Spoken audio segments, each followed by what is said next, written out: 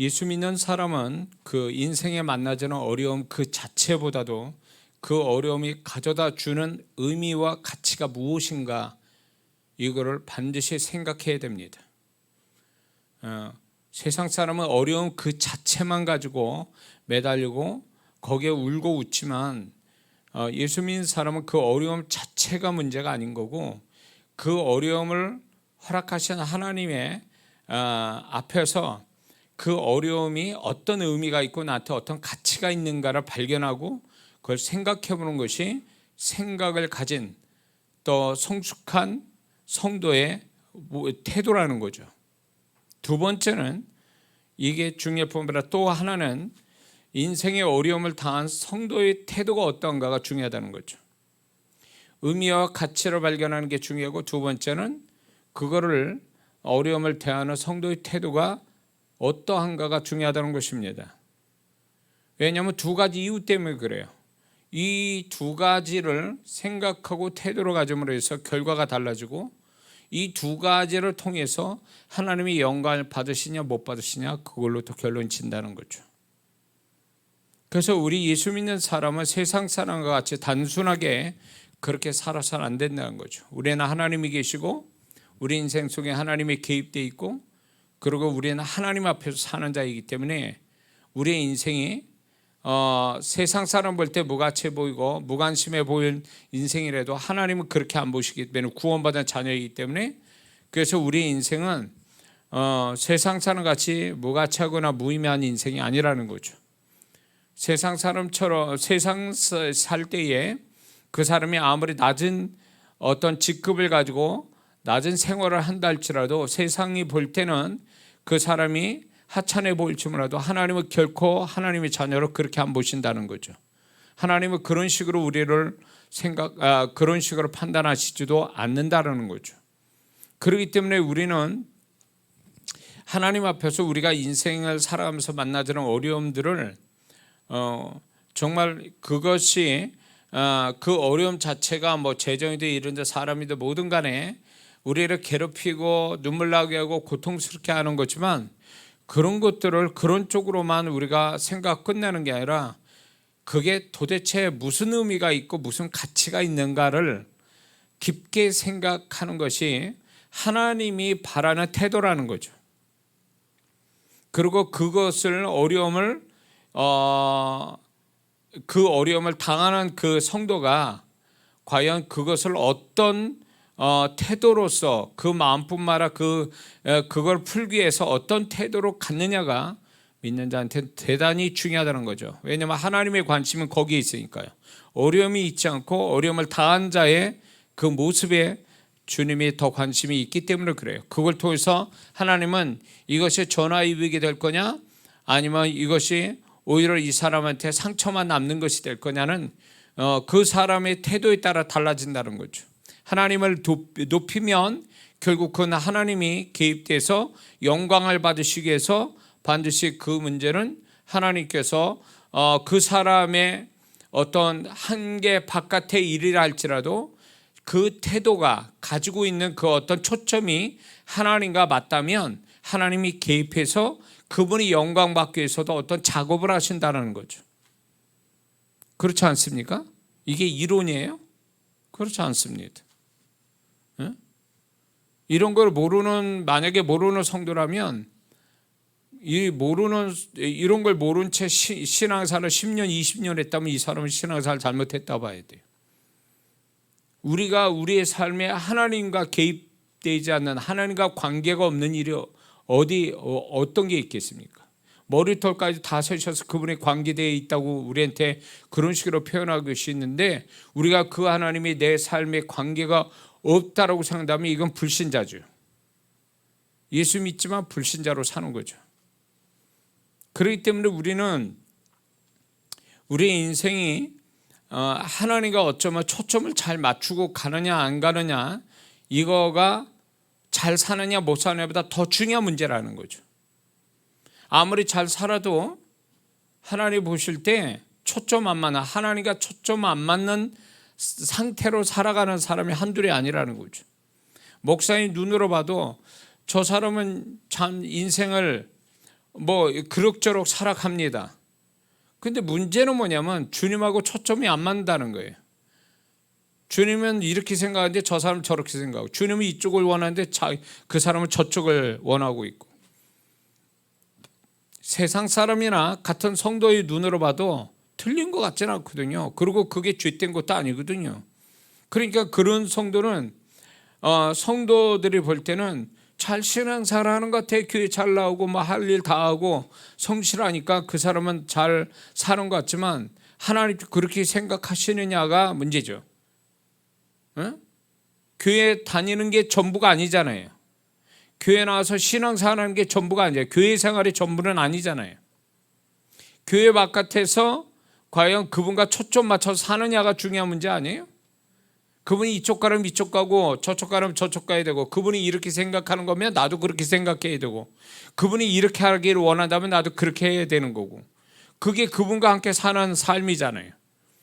그게 되어야 이게 가치가 있고, 그리고 그 사람이 그런 가운데서 만나주는 인생의 어려움은 전혀 걱정할 필요가 없다는 거죠. 왜? 그분과 함께 살아가는 데서 오는 어려움은 그분이 책임져 주시게 돼 있기 때문에 그렇습니다. 하나님이 이스라엘 백성을 가나안 땅 가는데 광야라는 걸 거쳐갈 때 하나님이 원하는 그들의 어떤 삶이고 방향이니까 다 책임져 주셨잖아요. 이게 오늘날 우리에게 굉장히 중요한 계시적인 사건이거든요. 왜 혼자 사는 것 같고 하나님이 돕는 것 같지도 않고 안 계시는 것 같은가? 그 사람은 하나님과 다른 방향에서 살아서 그래요. 그러니까 오늘날 성도분들이 착한 거 너무 앞세우지 말라는 거예요. 도덕과 윤리적으로 다 세상 사는 거 나 따라서 그거 가지고 신앙생활 잘했다고 착각하지 말라는 거예요. 교회에 나온다고 해서 그 사람 신앙생활 잘하는 것도 아니라는 거예요. 응? 근데 우리는 그렇게 배웠거든요. 제가 잘할 때도 그렇게 배웠다고요. 교회 열심히 다니는 게 인생 잘 사는 거고, 그 다음에 착하게 사는 것이 하나님 축복받는 거다.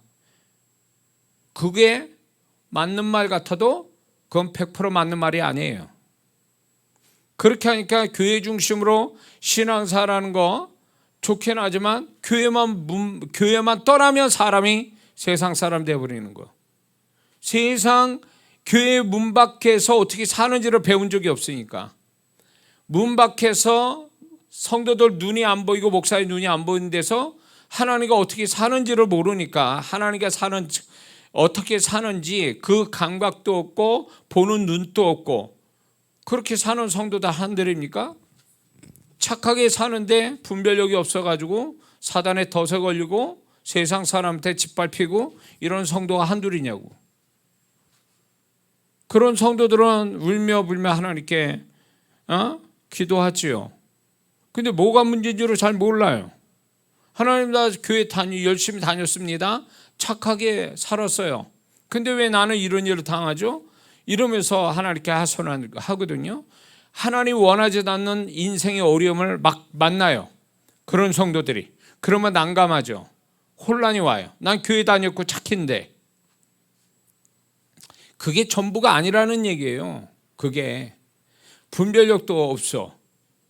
그리고 교회 문 밖에서 주님과 함께 살아가는 그분과 초점이 맞는 같은 방향으로 같은 템포로 같은 곳을 바라보면서 가는 삶이 되어야 되는데, 이게 없으면 교회 생활이 어쩌면 이게 도움이 안 될 수도 있어요.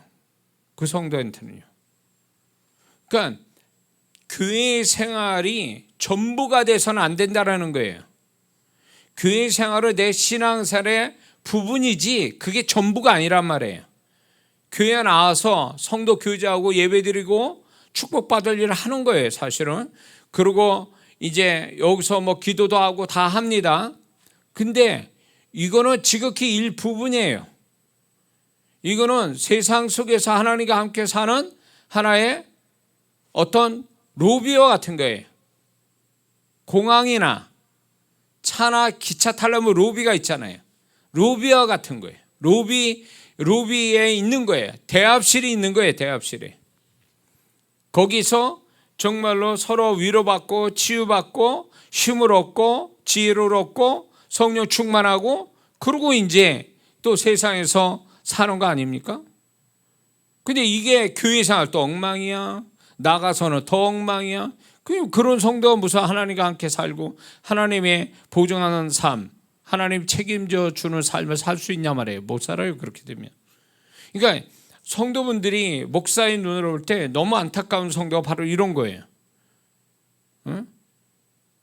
중요한 거는, 더 중요한 게 뭐냐? 교회 다니고 착하게 하는 거 잘하는 거죠. 그러나 그보다 우선되고 더 중요한 게 뭐냐면, 그분이 나와 함께 하시고 내가 그분과 함께 친밀함을 가지고 그분이 이끄는 대로 살아가는 이 삶의 감각, 이 삶의 그분과 함께 살아가는 이 법을 못 배우면, 이 감각이 없으면 열심히 했는데 사단에 덫에 걸리고, 열심히 했는데 그 보상 못 받고, 이런 성도가 한둘이겠냐고요. 그러니까 이게 중요한 문제라는 거죠. 이해가 되십니까? 자, 그렇게 산다 할지라도 인생의 어려움을 만납니다. 원치도 않는. 그렇게 만났을 때 하나님이 이 어려움을 다 알고 계신데 왜 허락하시는가? 피해갈 수도 있게 하고 안 만나게도 하실 수 있는데 왜 만나게 해서 내가 이렇게 눈물을 흘려하고 고통받아야 되고 힘들어야 되는 이런 것을 허락하신 하나님의 마음은 뭐냐는 거예요. 중요한 건 이 일이 되냐 안 되냐, 이게 될 거냐 말 거냐보다 더 중요한 건 뭐냐면 하나님이 왜 이걸 허락하셨는가에 대한 하나님의 마음을 아는 게 더 중요한 거죠. 그분의 마음을 안다면 충분히 성숙한 성도는 견딜 수 있고 감당할 수 있고 오히려 찬양할 수도 있는 거죠. 그렇죠? 근데 이게 답답한 거, 이게 하나님 마음을 모르니까 가뜩이나 그 어려움 때문에 고통받은 데다가 하나님 마음도 모르니까 이중의 고통을 받는 거예요. 그러니까 절망적인 거죠. 막 지옥 경험하는 거예요. 마음도 지옥, 삶도 지옥. 예수 믿는데 그렇게 살아야 되는 거냐고. 그게 아니거든요.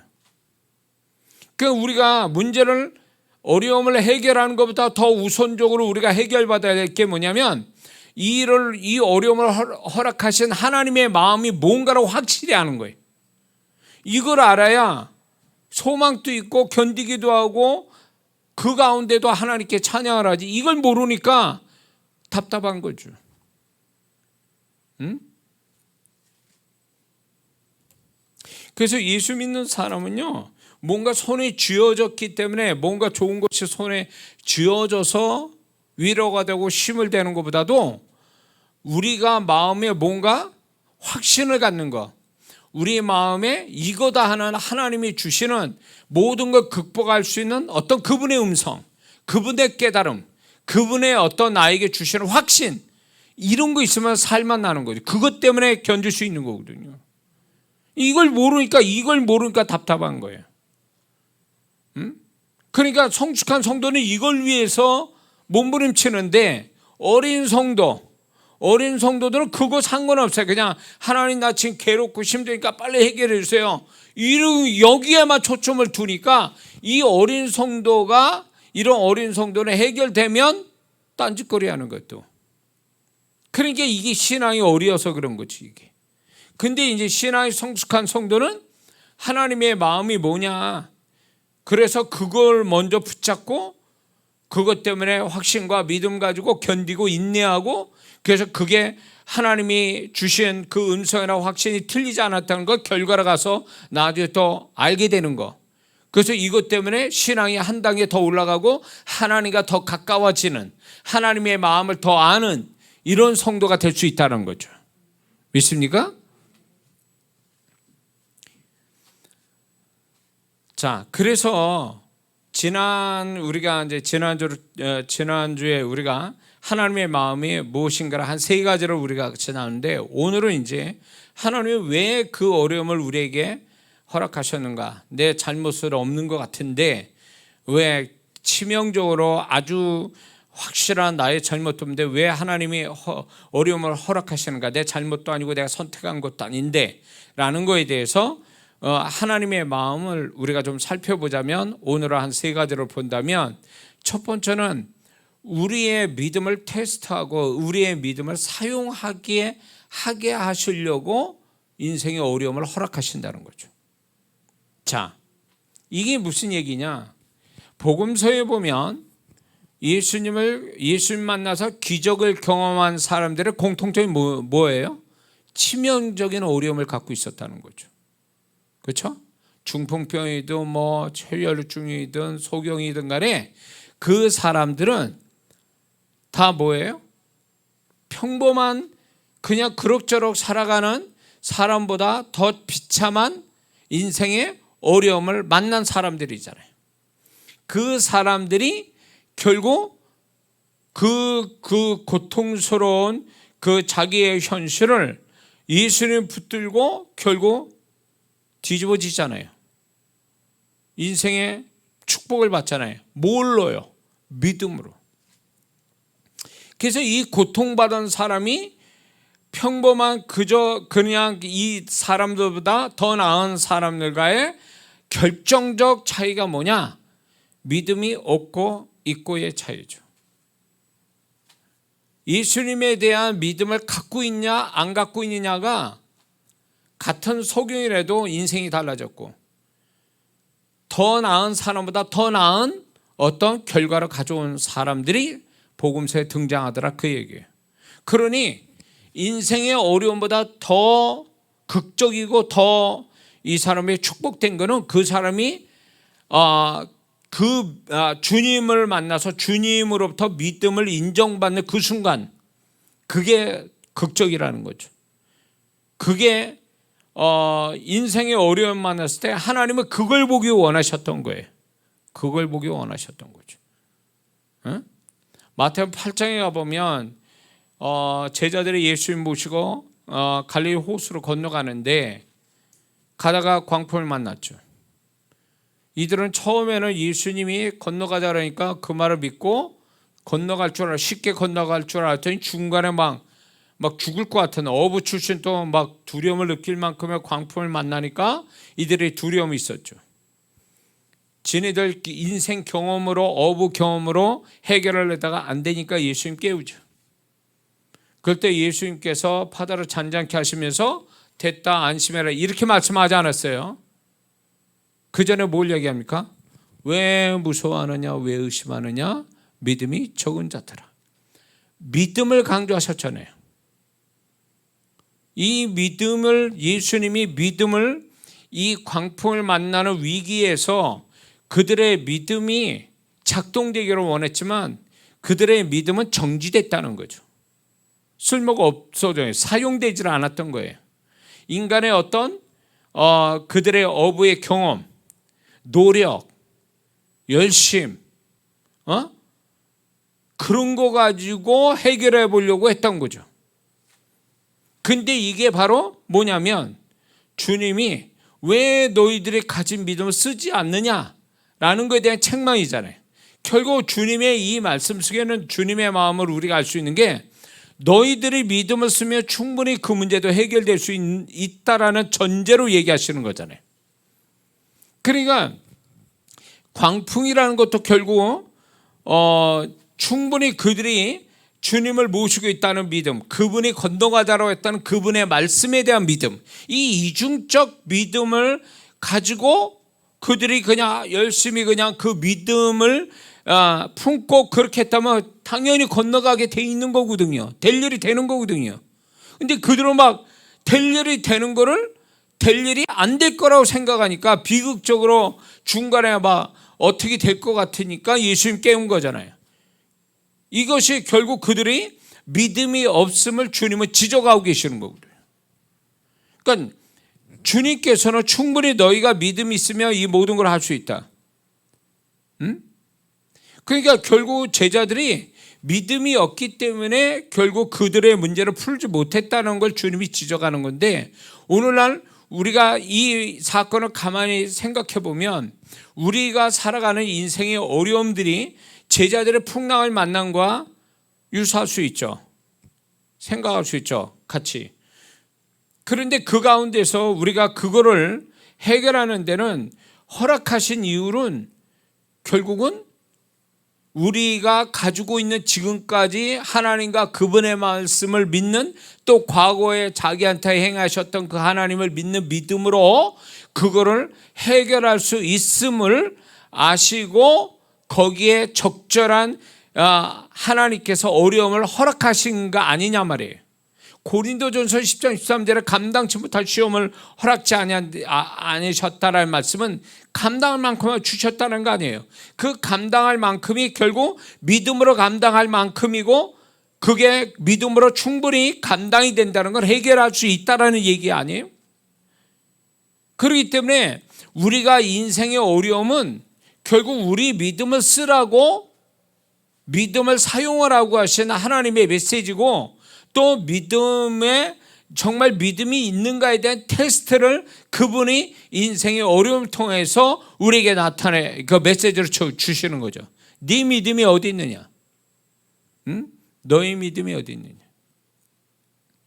근데 우리는 믿음을 쓰는 게 아니라 우리는 자꾸 육신의 힘과 지혜와 노력과 방법을 찾아가는 이것이 하나님의 영광도 안 되고, 그렇게 해서 해결된다 해도 그랬을 때 하나님을 기뻐할 수 없는 거고, 결국 하나님의 바람은 믿음을 쓰기를 바랬는데 믿음을 안 쓰니 하나님이 영광을 받으실 수 없고, 하나님이 그 어려움을 통해서 그의 믿음을 단련시키고 수준을 높이고자 하는 것이 깨져버리는 거죠. 왜 인생의 어려움이 하나님이 개입하셔서 벌써 돼야 되는 게 해결이 안 되는 것은 우리가 믿음을 쓰지 않았어요. 믿음을 쓰지 않는다는 얘기는 믿음을 표현하지 않았다, 그 얘기예요. 믿음을 표현하지 않았다. 믿음은 표현돼야 역사가 시작되는 거거든요. 언어로 표현되든 행위로 표현되든 뭐라고 모든 하나님이 인정할 만한 믿음의 표현이 있어야 되는데, 믿음을 표현하지 않으니까 결국 그 인생의 어려움은 계속 진행될 수밖에 없는 거죠. 그러니까 어떤 사람은 돌고 돌아가지고 이제 처음에는 어려움이 오니까 교회에 나오는 것도 잊어버려, 기도도 안 해, 헌금도 안 해. 그리고 이제 그 문제 풀기 위해서 막 동분서주하는 거죠. 근데 그게 해결되냐고. 해결 안 되니까 돌고 돌아가지고 이제 기도원 간다고 기도해, 능력 있는 목사님 찾으러 다녀. 이제 그때 조금씩 믿음을 표현하는 어떤 애씀이 오는 거죠. 그때부터 하나님이 조금씩 뭔가 그의 어려움에 개입하셔서 뭔가 도움을 주시기 시작하는, 그걸 이제 발견하는 거죠. 그러면 왜 그렇게 돌고 도냐고. 하나님은 믿음 쓰라고 믿음을 테스트하고 있는 거를 왜 믿음은 쓰지 않고 왜 엉뚱한 대로 돌고 도냐는 거죠. 그러니까 그 어려움이 감당할 만큼만 주셨는데 감당이 안 돼. 왜? 믿음을 안 쓰니까. 믿음을 안 쓰니까. 믿음을 표현하지 않으니까 여기서부터 문제가 되는 거죠. 그래서 우리가 어떤 인생의 어려움을 만날 때는 하나님은 우리의 믿음을 쓰라고 인생의 어려움을 주신 거지, 우리가 그것 때문에 고통받고 그것 때문에 잘못되는 걸 바라시는 게 절대 아니라는 거죠. 그리고 인생의 어려움을 주신다고 해서 그게 결국 망하게 하는 게 절대 아니라는 거예요. 만약에 인생의 어려움을 허락하셨는데 우리가 그것 때문에 망했다, 그러면 그 하나님은 나쁜 하나님이시지 우리에게 좋으신 하나님은 아니시거든요. 그러니까 어떤 인생의 어려움 통해서 내가 망했다라면 그게 하나님의 뜻도 아니고 하나님이 그렇게 만든 것도 아니에요. 그 사람이 어쩌면 충분히 그 사람이 가지고 있는 믿음을 써서 해결할 수 있는 거를 믿음 쓰지 않고 엉뚱한 걸 가지고 썼기 때문에 아마 결과가 그렇게 나올 수밖에 없었던 것일 거예요, 아마. 하나님 탓할 수 없는 거죠. 하나님은 항상 뭐든지 뭐예요? 해피엔딩으로 끝내시는 분이거든요. 그렇죠? 해피엔딩으로 끝내신다고요. 불행으로 끝내시는 거라 끝내나 행복한 것으로 모든 좋은 결말을 주신 분이 하나님이시라는 거 우리가 잊지 말아야 될 주비십니다. 그래서 이제 제가 안정했지만 제 아들을 낳는 것도 결국은 이 방법 저 방법에도 안 되니까 그렇게 안 되니까 하나님이 그 어떤 미련한 어떤 하나님 뜻도 모르고 그러니까 결국 하나님의 말씀을 통해서 그 말씀 붙들고 2년 수고했더니 그걸 가지고 하나님이 자녀를 주셨다라는 얘기 간증을 제가 드렸잖아요. 그러니까 그것이 하나의 저한테 획기적인 제 인생에 사는 데 있어서 굉장히 어떤 해결 원리가 됐어요. 그것이 아들을 얻는 그 방법이, 그 원리가 그 이후로 제가 살아가는 삶의 원리가 됐어요. 그렇구나, 이렇게 돼야 되는 건데 엉뚱한데 뺑뺑 돌아가지고 고생들 하고 해결은 안 된 채 고생만 하고 이렇게 돼버렸구나. 그래서 그 후에도 제가 어떤 문제가 있으면, 어려움이 있으면 무조건 제 믿음을 마음껏 제가 할 수 있는 데까지 믿음을 표현하는 거. 뭐 금식을 하든 무슨 일반적으로 뭐 작정하든 무슨 뭐 헌금을 하든 뭐 아니면 또 뭐 진짜 아니라 전도를 하든 뭘 하든 어떤 하나님께 표현하는 거죠. 믿음을. 그게 하나님 앞에 내가 믿음을 어떤 식이든 표현해서 하나님이 나의 믿음을 보시고 나의 어려움에 개입하셔서 영광을 받으시게 하는, 해결하시는 어떤 그분의 움직임을 경험하는 것. 이런 것들이 결국은 하나님을 선명하게 볼 수 있는 어떤 방법은 어느 때 그걸 하나님을 선명하게 보는가. 어떤 사람은 뭐 신비한 방법으로 기도할 때 물론 그런 체험도 있죠. 그 성령께서 그렇게 체험도 시키죠. 그런데 인생 사는 데 있어서 하나님을 정말로 부인할 수 없을 정도의 그분을 경험하는 건 어려울 때 경험하는 거예요. 위기 때 경험해요. 그래서 많은 분들이 어쩜 뭐 절망적이고 어떤 엄청난 어려움 속에서 내가 그분을 만났습니다. 어떤 삶을 다루시는 그분의 손길을 경험했습니다. 이게 신비 체험이 아니고 신비로운 체험으로 하나님이 우리를 경험시키기도 하지만 삶을 살아가는데, 우리가 살아가는 데 있어서 이 모양 저 모양 환경과 사람과 일을 통해서 이렇게 나의 문제를, 어려움을 해결하시는 하나님, 이런 것들을 얼마든지 경험할 수 있거든요. 이런 것들을요. 그러니까 이런 것들을 경험하게 되면 하나님이 내 삶에 이런 식으로, 내 어려움 속에 이런 식으로 개입하셔서 역사하는구나. 이런 속에서 내가 어떻게 해야 그분이 내게 이렇게 선명하게 나타나시는구나. 이런 거를 알 수가 있다는 거죠.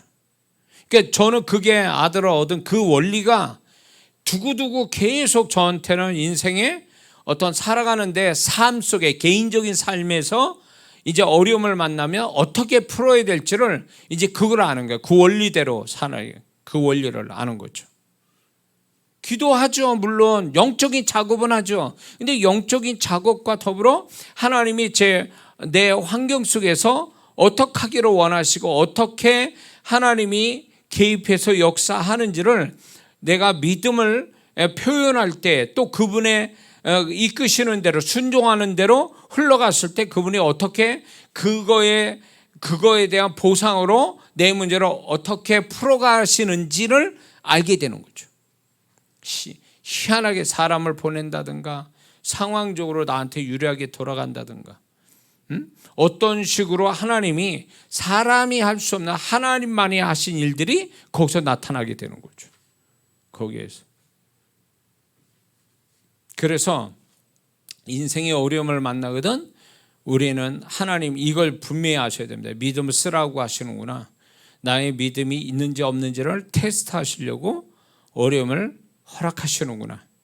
그래서 믿음을 쓰면 그분이 개입하고, 믿음을 쓰지 않으면 그 믿음을 쓸 때까지 기다리시는 그분, 그 하나님이 기다리신다는 거, 우리는 그것을 분명히 알아야 될 줄 믿습니다.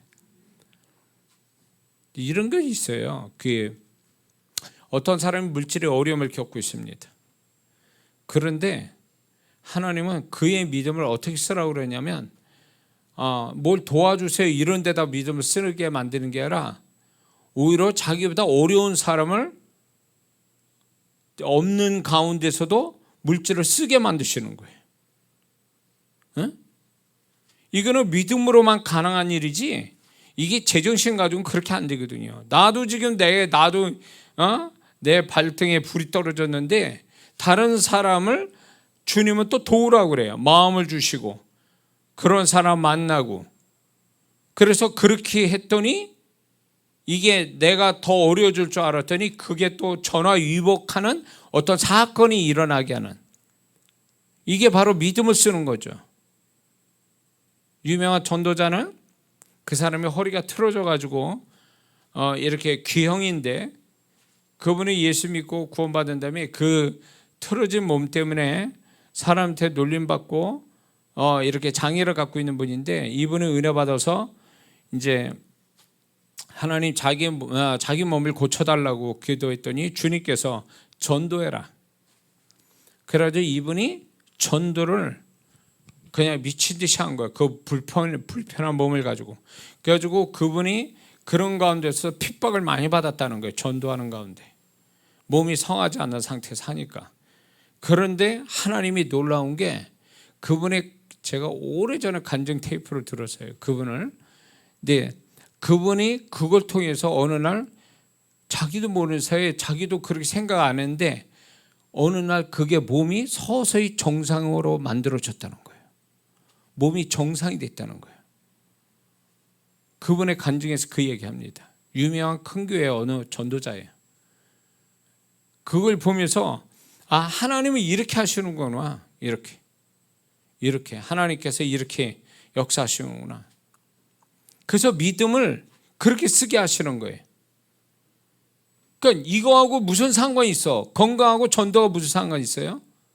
내가 어려운 사람을 물질을 돕는, 내가 어려운 가운데도 돕는 게 자기의 물질 축복하고 어려운 물질의 어려움을 해결하는 거 무슨 상관이 있냐고. 근데 상관이 있는 거예요. 그게 하나님은 그런 식으로 풀어가는 거예요. 그 사람의 문제를.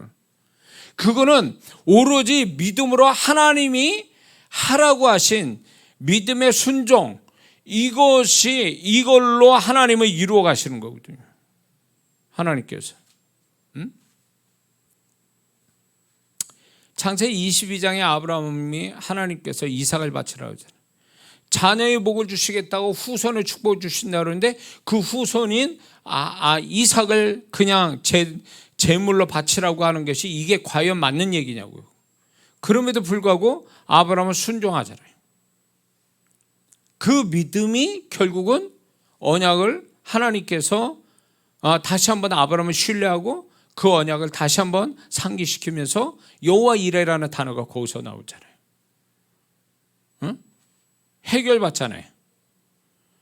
그러니까 하나님은, 하나님의 그 믿는 자는 어쨌거나 하나님께서는 그의 인생의 어려움을 믿음으로, 영적인 그 단어로, 그러니까 영적인 어떤 믿음이라는 이 단어로 하나님이라고 하는 그 영의 하나님, 보이지 않는 하나님을 경험시키기 위해서 인생의 어려움을 허락하시는 거예요. 인생의 어려움이라는 실제적인 현실적인 거를요, 하나님은 영적인 걸로 풀어가시는 거예요. 근데 예수 믿는 사람이 실제적인 현실적인 인생의 어려움을 그걸로만 풀려고 하니까 안 풀리는 경우가 허다한 거죠. 하나님은 실제적이고 현실적인 인생의 어려움을 하나님의 영적으로 풀어가기를 원하시는 거거든요. 네?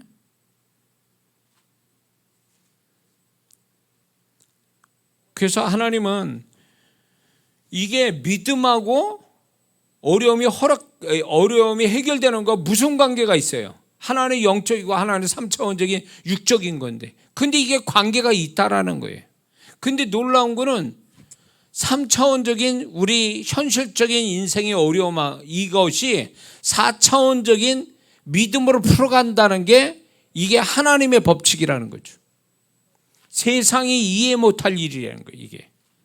응? 그렇기 때문에 광풍을 만나서 갈릴리 호수로 지나가는 게 얼마나 현실적인 문제예요. 그런데 주님은 믿음을 왜 안 쓰냐고 얘기하시잖아요. 믿음을 썼으면 광풍도 멈추고 저기 건너편도 건너갈 수 있는데 이 얘기잖아요. 그러니까 결국은 주님은 네가 믿음을 쓰지 4차원적인 믿음을 쓰지 않았기 때문에 3차원적인 문제가 해결되지 않았다라는 걸 지적하는 거거든요. 응? 기적을 경험한 복음서에 나타난 사람이 예수님의 향한 그 믿음을 안 가졌다면, 그냥 육신적으로 바라보고 그랬다면 이 사람들은 기적을 경험 못하는 거죠. 그런데 이들은 다른 사람과 다른 것은 예수님에 대한 4차원적인 믿음을 가지고 다가갔기 때문에 그들의 역사가 온 거죠. 그렇기 때문에 예수 믿는 사람은 3차원적인 현실적인 문제를 3차원만 풀려가면 그게 안 풀릴 확률이 높다라는 거죠. 3차원적인 것은 4차원적인 영적인 걸 가지고 풀어야 풀려지는 삶을 우리가 가지고 있다는 거예요. 그러니까 하나님이 시편에서도 그렇고 여러 군데서 환난 날에 나를 부르라, 환난 날에 나를 찾으라. 아니, 환난이라는 것이 지극히 현실적인 문제를, 어려움을 가지고 왜 하나님을 찾아야 돼요? 왜 기도해야 돼? 4차원적인 방법인 기도를 왜 해야 되냐고. 3차원적인 돈 문제고 건강 문제고 사람 문제인데. 그러니까 하나님은 우리의 삶이 몸은 3차원으로 살고 있지만 해결 방법은 4차원으로 풀으라고 허락된 삶을 우리가 가지고 있다는 거예요. 근데 우리는 자꾸 그걸 잊어버려요. 3차원적으로 살아가고 있으니까 3차원에서 풀어야 된다고 생각하는 거죠. 근데 그거 안 풀린다는 거예요. 하나님은 4차원의 어떤 하나님이 말씀하신 영적인 이 믿음으로 풀으라고, 믿음이면 풀릴 수 있다는 걸 우리는 어느 순간 깜빡 잊어버려요. 돈이 문제고 사람 문제고 건강 문제니까 여기다 너무 집중하다 보니까 하나님이 믿음으로 풀어가신다는 걸 안 믿는 거예요. 그러니까 믿음이 있는 것 같은데 믿음이 없는 거죠. 그래서 이 사람이 정말 살아있는 믿음을 가진 사람이냐 아니냐는 어떻게 보냐면 위기 때 이 사람이 믿음을 쓰냐 안 쓰냐 보면 알 수 있다는 거죠. 그 사람이 믿음을 안 쓰면 믿고 있으나 믿지 않는 사람으로 증명이 된 거예요. 왜? 예수님 구원 자체도 믿음으로 구원받은 거잖아요. 행위로 구원받은 게 아니지. 3차원적인 행위, 착한 행실로 구원받은 게 아니라 우리는 4차원적인 믿음으로 구원받은 자잖아요. 그러면 살아가는 것도 다 믿음으로 돼야 구원 같은 역사가 오는데 왜 구원은 4차원적인 믿음으로 구원받고 왜 살아가는 건 3차원으로 사느냐, 그 얘기예요. 이해가 안 돼요? 이해가 되죠? 구원의 원리를 보면 너무 명확해요. 천국 가고 하나님 자녀 되고 천국 가는 거, 이 엄청난 일을 4차원적인 믿음으로서 착한 행실로 구원받지 않고 믿음으로서 구원받았다면 이게 하나의 시그널이에요. 앞으로 어떻게 살아야 될지에 대한 원리를 가르쳐 주신 거 아니냐 말이에요. 응? 그러면 사는 것도 4차원적으로 살아야지 왜 3차원으로 살려고 그러냐. 이 3차원으로 살려는 것은 꼭 구원을 행위로, 선한 행실로 구원받는 사람과 다를 바가 없다는 거예요. 응? 선한 행실로 구원받은 데가 어디 있어요? 응? 선한 행실로 구원받는 건 절간이라 그렇지, 이슬람교나 그렇고. 우리는 믿음으로서 구원받고 믿음으로 살아가고 결국은 천국 가는 것도 믿음으로 가는 건데 왜 중간에 믿음을 안 쓰냐, 그거지. 인생의 어려움 만났을 때. 그러니까 믿음을 안 쓰니까 믿음 쓰는 데서 오는 축복을 놓치고 가는 거예요. 그러니까 행위로만 자꾸 해결을 하려는 거지. 3차원적으로 행위로 해결하려다 보니까 해결되는 것 같은데 또 가보면 또 완벽하게 해결된 게 아니라 또 문제가 또 발생되고. 왜? 자기 노력으로 해서 그래. 자기 열심으로. 자기 노력과 열심은 결국은 불완전한 해결이에요. 근데 믿음을 써서 하나님이 개입해 들어오면 하나님은 완벽한 해결을 주시는 거거든요. 그래서 우리는 믿음을 쓸 수밖에 없는 거예요. 믿음을 쓰라고 어려움을 또 주신 거고, 어려움 속에서 우리는 우리의 믿음이 살아있는지 없는지를 확인할 수 있고, 그리고 어려움 속에서 결국 우리 믿음을 쓰면서 하나님이 우리의 현실에 지극히 깊숙이 들어와서 역사하고 있다는 걸 우리는 그때 경험하는 거죠. 그게 경험되면 사는 게 달라져요. 보는 게 달라져요. 담대해지는 거예요. 아, 사람, 내가 아무것도 없어도 그분만 계신다면, 그리고 내 믿음만 있다면 얼마든지 그분과 함께 내 인생을 충분히 살아갈 수 있다. 이렇게 되는 거죠. 이해가 되십니까? 그래서 인생의 어려움 만난데도 아직 여전히 믿음을 표현하지 않고 산다면 그 사람은 아직도 멀었다는 거예요. 하나님이 왜 어려움을 허락하신 이유도 모르는 거고, 그 사람이 진정한 해결을 보기에는 아주 멀었다. 하나님의 의도를 모르기 때문에. 예. 자, 두 번째는 이제 순수한 믿음을 갖게 하기 위해서 인생의 어려움을 허락하세요. 순수한 믿음. 그게 뭐냐? 고린도서 1장 8절 9절을 보면 바울이 아시아에서 당한 환난을 얘기하면서 자기를 신뢰하는 것들을 이제 버리고 죽은 자도 살리시는 하나님만 신뢰하기 위하여 하나님이 아시아에서 당한 환난을 허락하셨다는 것을 고백해요. 근데 이게 성경으로 기록됐다는 얘기는, 바울의 고백을 기록했다는 건 그게 맞다는 얘기 아니에요? 그 바울의 고백이? 여기서 우리가 알 수 있는 게 뭐냐? 바울도 자기의 어떤 뭐가 믿는 구석이 있었던 거죠. 하나님과 동격은 아니더라도 하나님과 더불어 믿는, 자기를 믿는 어떤 구석이 있는 것을 하나님은 아시고, 그 하나님과 동격인 아니더라도 비스무리한 자기를 신뢰하는 것에 대해서 하나님 이걸 깨부시기 위해서 아시아서 죽었다라고 할 정도의 그 어려움을 바울이 겪게 한 거죠, 하나님이. 그래서 바울은 이후로부터 자기를 신뢰하지 않고 오직 그분만 완벽하게 100% 순도 100%의 그분만 신뢰하고 살아가는 사람이 됐다는 걸 고백하고 있는 거죠. 여기서 우리의 인생의 어려움이 크면 클수록 하나님은 뭘 우리에게 어떤 메시지, 어떤 요구를 하시냐면, 너 나와 동격이고 아니면 동격이 아니더라도 나와 비슷하게 믿는 뭔가가 있는 거에 대해서 내가 그걸 용서치 못한다. 그건 내가 반드시 없애버린다.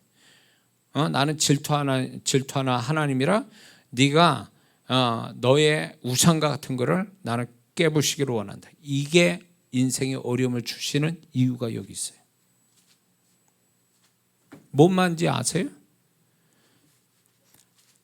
하나님과 동격으로 우상과 같은 거, 믿는 구석이 있는 거.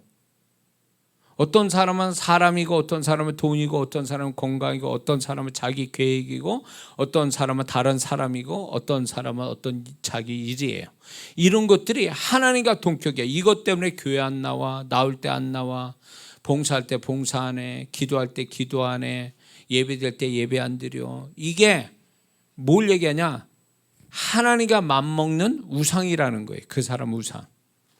그러니까 하나님은 이런 우상을 깨부시기 위해서 오로지 하나님만, 순전한 순도 100%의 하나님만 믿는 분은 오직 하나님밖에 없다. 이 믿음의 고백이 나올 때까지 그 어려움을 허락하시는 거예요. 우상 깨기 위해서.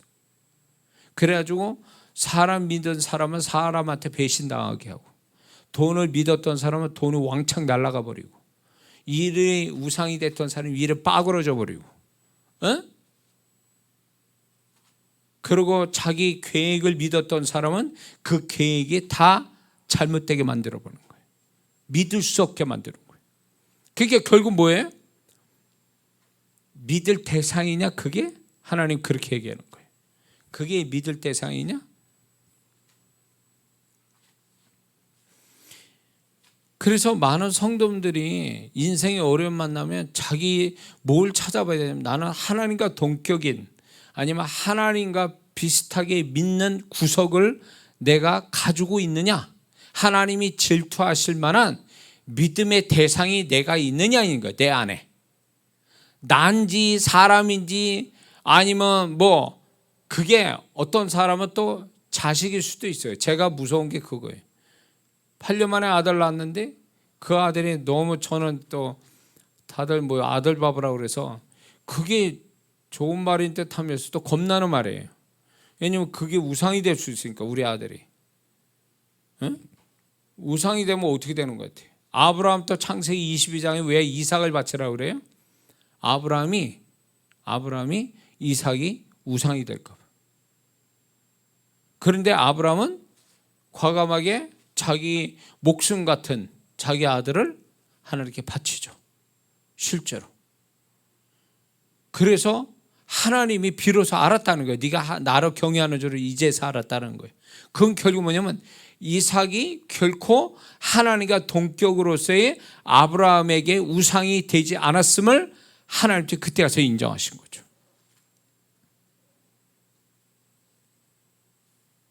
그래서 제가 아무리 아들을 어렵게 얻었다 해도요, 우리 이전사 어릴 때 엄청 맞았어요, 저한테.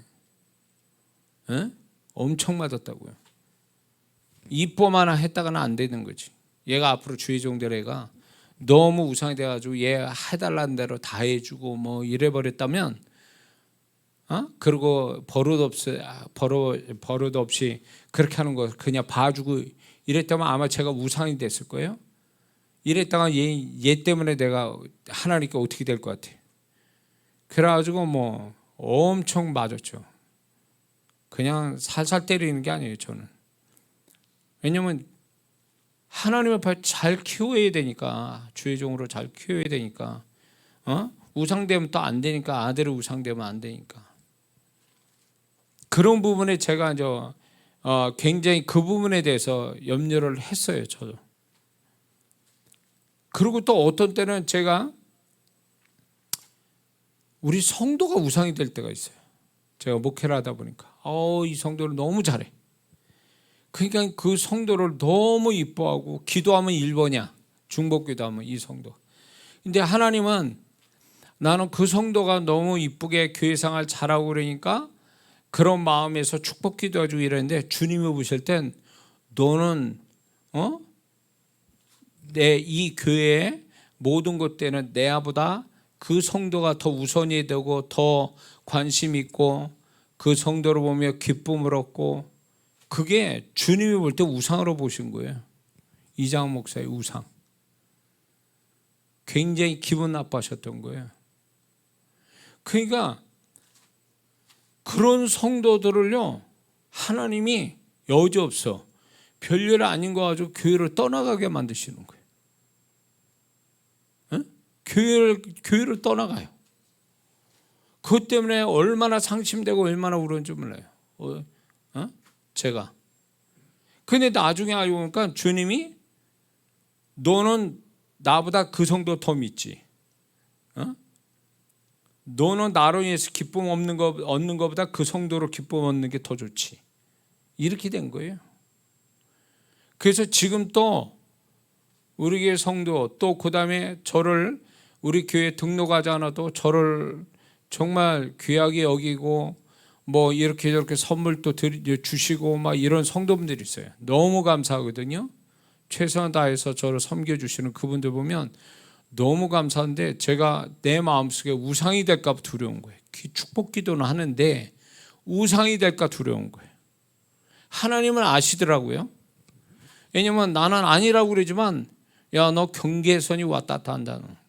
우상과 그 성도에 대해서 인간적이고 그 네 마음속에 그 성도를 나보다 더 신뢰하는 그런 거에 대한 위험 경계 수준까지만 올라갔다 하는 것 같다. 그렇게 그분의 인식할 때가 있거든요. 그러니까 제가 어느 성도를 제 아내하고 같이 있지만 칭찬하는 게 무서운 거예요. 제 아내하고 둘이서 하는데 칭찬 자주 하는 게 무서워요. 왜냐면 이게 까딱하면 주님이 보실 때 네가 사람이 우상이구나, 성도가 우상이구나, 이렇게 나오거든요. 그러니까 이게 저도 굉장히 정적이고 굉장히 감성적인 사람인데 그런 부분이 너무 무섭다는 거예요. 표현하는 자체가. 그분 앞에서 그 성도가 우상이 될까 봐. 그래서 여러 가지가 주님께서는 그걸 아시는 것 같아요. 달아보시는 것 같아요. 이게 우상이냐 아니냐. 얘한테 이게 우상이냐 아니냐. 그거를 계속 체크하시는 것 같아요. 그러니까 저도 느낌에 조금 오버하는 것 같다 그러면 겁나는 거죠. 우상이면 그분은 사랑하는 자에게 징계하듯이 우상을 깨시거든요. 우상을 깨셔요. 그래서 좀 그런 부분에 하나님께서 저를 다루시는 부분이 있어서 적당히 한다. 우상이 되지 않고 그 어떤 것이 나의 믿음의 대상이 되지 않게 하는 그 적당한 수준이 뭔가를 이렇게 나름대로 이제 찾아가는 거죠. 그래서 그분이 보실 때 이제 우상이거나 믿음의 대상이 되지 않게끔 하려고 하는 것. 예, 그런 어떤 제가 그런 거를 자꾸 생각하게 되죠. 저만 그러겠습니까? 여러분 각자가 그런 게 있어요. 그렇죠? 그런 것들에 대해서 너무 사랑하다 보니까 너무 좋아하다 보니까 너무 그거를 신뢰하다 보니까 그게 우상이 돼버린 거예요. 그게 주님과 맞먹는 믿음의 대상이 돼버렸어요. 그러면 여지 없어요. 신앙이 어느 정도 되는 성도는 그냥 그거 안 놔두시거든요. 하나님이 그거를 스스로 깰 때까지 기다렸다가 이 사람이 안 깨고 이것 때문에 교회도 안 나와, 헌금도 안 해, 기도도 안 해, 봉사도 안 해.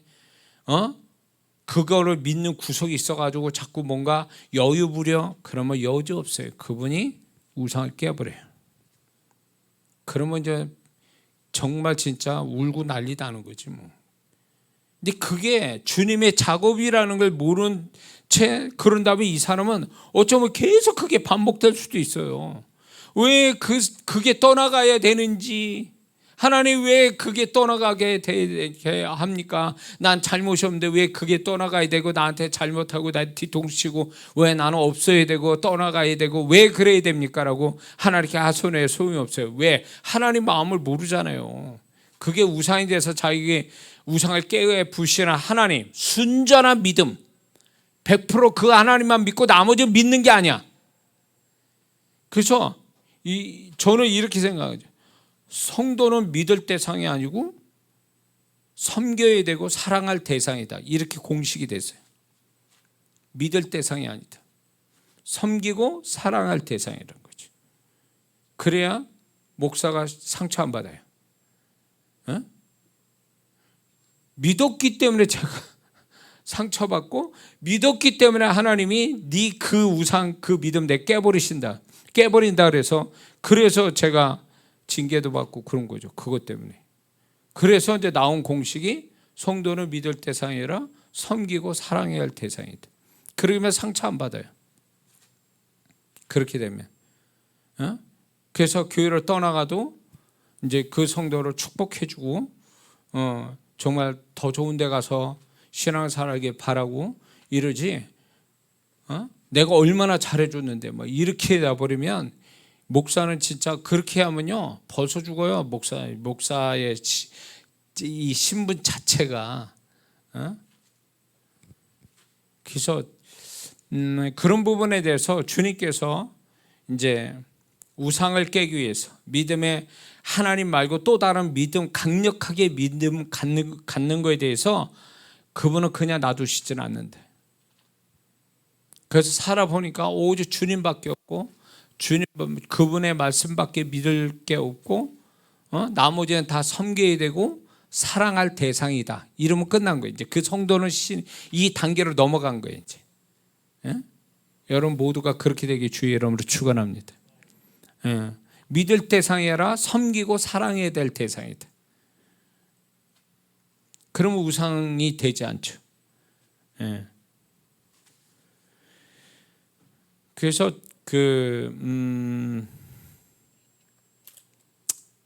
보니까 하나님께서 우상이 되지 않게 해서 그 우상처럼 믿음의 대상이 되는 거에 대해서 실망하고 상처받고 뒤통수 맞고 소멸되고 떠나가고 등 돌리고 이런 일들이 벌어진다면 눈치채야 돼요. 하나님이 나의 이렇게 하나님이 순전한 그 하나님과 말씀만 믿는 자를 만드시려고 나를 이렇게 하시는구나.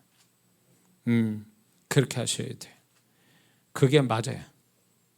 그래서 인생의 어려움을 겪고 나면 믿음이 순전해지는 순수한 믿음이 더 퍼센테이지가 많아진다면 이 사람은 하나님 주신 어려움을 제대로 잘 겪고 지나간 사람이다. 이해가 되시죠? 이제 세 번째는 뭐냐면 우리의 인생의 어려움을 주신 이 하나님의 마음은요, 좀 더 그분께 가까이 가게 하기 위해서 인생의 어려움을 허락하시는 거예요. 네? 좀 더 가까이 가기 위해서. 그래서 그분에게 좀 더 가까이 가서 그분을 좀 더 선명하게 알게 하기 위해서 우리에게 어려움을 허락하시는 거예요. 그래서 어려움을 당할 때 주님께 더 가까이 나온다면 이 사람은 반드시 어떤 전환점을 경험합니다. 하나님으로부터 이 전환점을 경험해요. 왜? 그게 하나님의 의도니까. 예배를 한 번 나온 사람이었다면 어려움을 겪어서 2번 나오고, 기도를 30분밖에 못한 사람이 1시간 하고, 이런 식으로 하나님 앞에 좀 더 가까이 간다면 이 사람은 어려움을 허락하신 하나님의 마음을 아는 자라는 거죠. 그리고 그런 가운데에 하나님께 가까이 가는 것만 아니라 열심으로 가까이 가는 거, 열심으로 가까이 가는 거, 그것이 하나님의 의도라는 거죠. 어려움을 허락하신 의도라는 거예요. 그걸 통해서 뭐라냐면 하나님을 선명하게 경험시켜 주시기 위해서 하나님이 허락된 일이라는 거죠. 어려움들이. 욥기에 보면 욥이 42장에 가보면요, 욥이 이런 고백을 합니다. 내가 주께 대하여 귀로 듣기만 하였사옵더니 이제는 눈으로 주를 배움나이다. 이제는 귀로 들었던 하나님이 이제 눈으로 보는 하나님이었다라는 표현을 쓰는 이게 뭐냐면 하나님을 좀 더 가까이 알게 됐다. 가까이 가게 됐고 가까이 알게 됐다라는 뜻이거든요. 뭘로? 고난을 통해서. 그것처럼 우리가 인생의 어려움을 만나게 될 때에 내가 하나님께 열심을 품고 가까이 가는 것뿐만 아니라 그 하나님을 선명하게 경험했다면 이게 하나님이 원했던 태도라는 거죠. 그래서 욥처럼 하나님은 전에 희미했는데 내가 인생의 어려움을 겪어보니까 그분이 내 가까이 계셔서 너무너무 가까이 계셔서 나는 그 하나님을 과거보다도 더 잘 알 것 같다 라고 한다면 이 사람은 인생의 어려움을 주신 하나님의 뜻대로 지금 잘 진행되고 있는 거죠. 그럼 이런 사람은 이제 하나님의 원하시는 어려움을 주신 마음을 아니까 이 사람은 하나님이 개입해 들어와서 이 어려움을 해결하실 수 있는 은혜를 입는 자가 되는 거예요. 중요한 건 내가 얼마나 노력하고 열심히 내느냐가 아니라 하나님의 뜻에 맞추어서 그런 태도와 고백을 하느냐의 문제거든요. 이거는. 그래서 우리가 인생의 어려움을 만났을 때는요, 하나님의 마음이 뭐냐, 인생의 어려움을 허락하신 하나님의 마음이 뭐냐, 그 마음에 딱 타켓에 10점짜리가 딱 맞아 떨어지게 우리가 한다면 그분은 그래, 네가 잘 아는구나. 이 그분의 뜻을 안다는 것만큼 이게 귀한 게 없는 거예요. 왜? 그분의 뜻을 알면 더 이상 이분이 우리에게 어려움을 지속시킬 이유가 없는 거예요. 이것 때문에 허락하신 거니까. 근데 이 뜻을 안다는데 더 이상 뭘 진행 더 하냐고. 그분이 이제 끝내는 일밖에 없지. 그래야 맞는 하나님이에요. 우리가 아는 그 하나님이라고요. 그래서 우리가 인생의 어려움을 나는 이거 하느냐고 이 고생했어 저 고생했어, 이게 훈장처럼 그것만 얘기하지 말라고요. 그거는 세상 사람 하는 얘기라고. 물론 그게 그런 얘기를 할 수도 있죠. 그러나 그 말로 끝맺으면 안 된다는 거예요. 내가 이것 때문에 이 고생했어, 저 고생했어. 그런데 이 어려움을 허락하신 하나님이 나한테 이렇게 저렇게, 하나님이 나한테 어떻게 하기 원하는 건데 내가 그걸 했어 라고 해야 이게 얘기가 되는 거예요. 이게 하나님이 들으실 얘기라고요. 아, 나 이 고생했어, 저 고생했어. 이거는 세상 사람한테는 얘기하는 거고 하나님한테는 하나도 쓰잘데없는 소리 하는 거예요. 이거는 여기서 끝내면 안 된다는 거죠. 내가 이 어려움을 통해서 하나님 마음을 알았는데 하나님이 나한테 이런 걸 요구하셨던 것 같아. 그래서 내가 이렇게 했어 라고 하는 것이 이 사람이 인생의 어려움을 허락하신 하나님 뜻을 알고 잘 가는 사람인 거죠. 이게 하나님께 영광이 되는 겁니다.